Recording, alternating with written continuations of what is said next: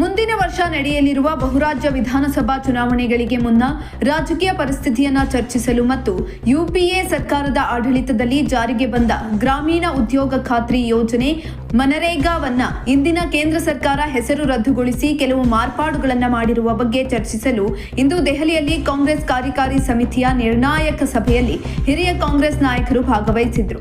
ಮಹಾತ್ಮ ಗಾಂಧಿ ರಾಷ್ಟ್ರೀಯ ಗ್ರಾಮೀಣ ಉದ್ಯೋಗ ಖಾತ್ರಿ ಕಾಯ್ದೆ 2005 ರೋಜ್ಗಾರ್ ಮತ್ತು ಅಜೀವಿಕಾ ಮಿಷನ್ ಕಾಯ್ದೆ ಎಂದು ವಿಕಭಾರತ ಗ್ಯಾರಂಟಿ ಯೋಜನೆಗೆ ಬದಲಾಯಿಸಿರುವ ಕೇಂದ್ರ ಸರ್ಕಾರದ ಕ್ರಮದ ಬಗ್ಗೆ ಇಂದಿನ ಕಾಂಗ್ರೆಸ್ ಕಾರ್ಯಕಾರಿಣಿ ಸಭೆಯಲ್ಲಿ ಗಂಭೀರವಾಗಿ ಚರ್ಚೆಯನ್ನು ನಡೆಸಲಾಯಿತು. ಇಂದಿನ ಸಿಡಬ್ಲ್ಯೂಸಿ ಸಭೆಯಲ್ಲಿ ಕಾಂಗ್ರೆಸ್ ಅಧ್ಯಕ್ಷ ಮಲ್ಲಿಕಾರ್ಜುನ್ ಖರ್ಗೆ, ಕಾಂಗ್ರೆಸ್ ಸಂಸದೀಯ ಪಕ್ಷದ ಅಧ್ಯಕ್ಷೆ ಸೋನಿಯಾ ಗಾಂಧಿ ಮತ್ತು ಲೋಕಸಭೆಯಲ್ಲಿ ವಿರೋಧ ಪಕ್ಷದ ನಾಯಕ ರಾಹುಲ್ ಗಾಂಧಿ, ಕರ್ನಾಟಕ, ತೆಲಂಗಾಣ ಮತ್ತು ಹಿಮಾಚಲ ಪ್ರದೇಶ ಸೇರಿದಂತೆ ಕಾಂಗ್ರೆಸ್ ಆಡಳಿತವಿರುವ ರಾಜ್ಯಗಳ ಮುಖ್ಯಮಂತ್ರಿಗಳು ಭಾಗವಹಿಸಿದ್ದಾರೆ. ಪ್ರದೇಶ ಕಾಂಗ್ರೆಸ್ ಸಮಿತಿಗಳ ಅಧ್ಯಕ್ಷರು ಸಹ ಉಪಸ್ಥಿತರಿದ್ದರು. ಮುಂದಿನ ವರ್ಷ ಅಸ್ಸಾಂ, ಕೇರಳ, ಪಶ್ಚಿಮ ಬಂಗಾಳ, ತಮಿಳುನಾಡು ಮತ್ತು ಪುದೇಚೇರಿಯಲ್ಲಿ ನಡೆಸಲಿರುವ ವಿಧಾನಸಭಾ ಚುನಾವಣೆಗೆ ಮುನ್ನ ಈ ಸಭೆ ನಡೆಯುತ್ತಿದ್ದು, ಪಕ್ಷದ ಚುನಾವಣಾ ಕಾರ್ಯತಂತ್ರದ ಕುರಿತು ನಾಯಕರು ಚರ್ಚಿಸುತ್ತಿದ್ದಾರೆ.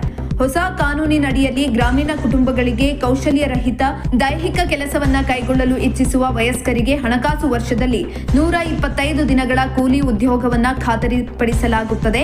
ಹಿಂದಿನ ಕೇಂದ್ರ ಯೋಜನೆಗಿಂತ ಭಿನ್ನವಾಗಿ ಈ ಕಾರ್ಯಕ್ರಮವನ್ನ ಈಗ ಕೇಂದ್ರ ಮತ್ತು ರಾಜ್ಯಗಳು ಜಂಟಿಯಾಗಿ 60:40 ಅನುಪಾತದಲ್ಲಿ ಹಣಕಾಸನ್ನ ಒದಗಿಸುತ್ತವೆ. ಇಂತಹ ಇನ್ನಷ್ಟು ವಿಡಿಯೋಗಳಿಗಾಗಿ ಲೈಕ್ ಮಾಡಿ, ಫಾಲೋ ಮಾಡಿ, ಶೇರ್ ಮಾಡಿ.